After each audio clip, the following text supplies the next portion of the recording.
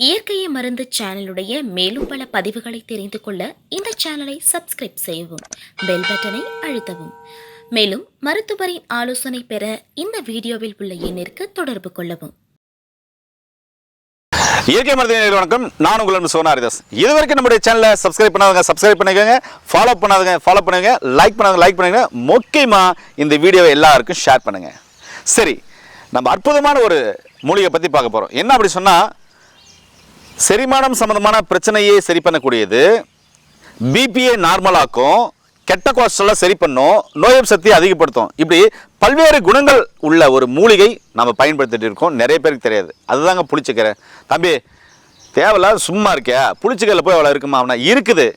எவ்வளோ நாள் சாப்பிட்டா சரியாகும். அதான உங்கள் பிரச்சனை. இந்த கணக்குள்ள வாங்க, எல்லாத்தையும் தெரிஞ்சுக்கலாம். நேரில் இப்போ நீங்கள் பார்த்துருக்கிறதாங்க புளிச்சக்கீரை. பல நன்மைகளை தனக்குள் அடக்கிய ஒரு அற்புதமான கீரை.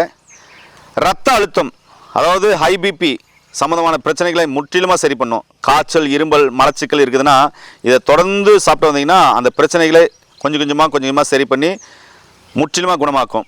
கெட்ட கொழுப்பு அதிகமாக இருக்குது, அதுக்காக மாத்திரை போட்டுக்கிறோன்னா மாத்திரை போட்டு இந்த கீரையை சாப்பிட்டீங்கன்னா கெட்ட கொழுப்பு முற்றிலுமாய் கரைஞ்சி உங்களுக்கு நல்ல கொழுப்பு உற்பத்தி அதிகமாகும். உடலில் நோய் எதிர்ப்பு சக்தி இதை சாப்பிடும்போது அதிகரிக்கும். இந்த புளிச்சக்கீரை வேறு என்னென்னலாம் செய்யும் அப்படின்னு சொன்னால், புளிச்சக்கீரையில் நீர்ச்சத்து அதிகமாக இருப்பதால் இரத்த அழுத்தத்தை கட்டுக்குள்ளே வைக்குங்க.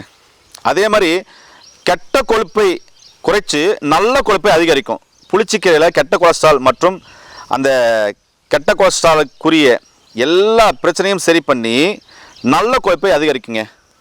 புளிச்சக்கீரை தவறாமல் நம்ம சாப்பிடும்போது உடம்புல நோய் எதிர்ப்பு சக்தி அதிகமாகும், மலச்சிக்கல் சம்பந்தமான பிரச்சனைகள் சரியாகும். புளிச்சக்கீரையில் சட்னியாவோ துவையலாவோ செஞ்சு சாப்பிடும்போது மலச்சிக்கல் பிரச்சனை வந்து முழுமையான தீர்வு வருங்க. ஒருவருக்கு இந்த காய்ச்சல், இரும்பல், தொண்டையில் வலி, டான்சல் இருக்குது அப்படின்றவங்களுக்கெல்லாம் இந்த புளிச்சக்கீரையை தொடர்ந்து எடுக்கும்போது இந்த பிரச்சனைகள் சரியாகும். இன்றைக்கி தோல் நோய் வந்து சரும பிரச்சனைகள் அவசரப்படுறீங்களா, அவங்கெல்லாம் படவே கூடாது. இனிமேல் தோல் நோயே வரக்கூடாதுன்றவங்களுக்கு இந்த சொறி, சிரங்கு, அருமா, சோரியாசிஸ் போன்ற பிரச்சனை உள்ளவங்க இந்த புளிச்சக்கீரையை சட்னியாவோ துவையலாவோ செஞ்சு சாப்பிட்டு வரும்போது விரைவில் குணமாகும். இதில் கால்சியம் அதிகமாக இருக்குது, இரும்பு சத்து அதிகமாக இருக்குது, விட்டமின்கள் நிறைய இருக்குது. இதில் சுண்ணாம்பு சத்து நிறைய இருக்குது, போலிக் அமிலம் நிறையா இருக்குது, ஆன்டி ஆக்சிடென்ட்டு நிறைவாகவும் இருக்குது. இதில் குறைந்த கலோரிகள் மட்டுமே இருக்குது. அதாவது 10 கிராம் புளிச்சக்கீரை எடுத்துக்கிட்டிங்கன்னா 24 கலோரிகள் மட்டுமே இருக்கிறதுனால தாராளமாக நீங்கள் எடுத்துக்கலாம்.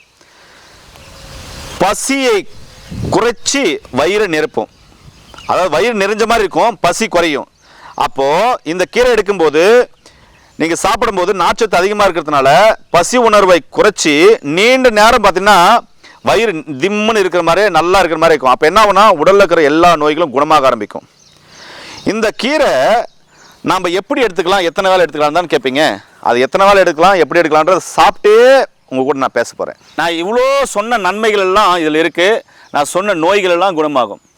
ஆனால் கம்பல்சரி வாழ்வியல் முறை, உணவியல் முறை, சரிவிகித உணவு எடுத்திங்கன்னா எந்த நோயும் வராது. இங்கே பாருங்கள், பூ இப்படி தான் இருக்கும். புளிச்சக்கீரையில் பூ இப்படி இருக்கும், ரெட் கலராகவும் பூக்கும். இப்போ நான் காமிக்கிற இடம் பார்த்தீங்கன்னா ஒரு இயற்கை விவசாயம் இருக்கிற ஒரு இடம். அற்புதமாக இருக்குது. இங்கே எந்த வகையான ரசாயனமும் கலக்கப்படலை. எல்லாம் நெல் தோட்டம், அந்த தோட்டம், இந்த தோட்டம் நிறைய இருக்குது. இதில் இந்த புளிச்சக்கீரையை எப்படி சாப்பிட்லாம் நிறைய பேர் கேட்குறீங்களே. நான் உங்களுக்கு சாப்பிட்டு காமிக்க போகிறேன் பாருங்களேன். இப்போது இங்கே ஒரு செடி இருக்குது. இந்த செடியை பார்த்திங்கன்னா இவ்வளோ எடுத்துக்கிறேன். இது புளிச்சக்கீரை. நான் திரும்பவும் சொல்கிறேன், எனக்கு பார்த்தீங்கன்னாக்க புளிச்சக்கீரையை எப்படி சாப்பிட்ணும், அது எப்படி சுத்தம் பண்ணி சாப்பிடணும்னு தெரியும். நீங்கள் பச்சையாக சாப்பிட வேண்டாம், சமைச்சு சாப்பிட்லாம். இதை நீங்கள் இப்படி சாப்பிட்லாம். பாருங்கள்,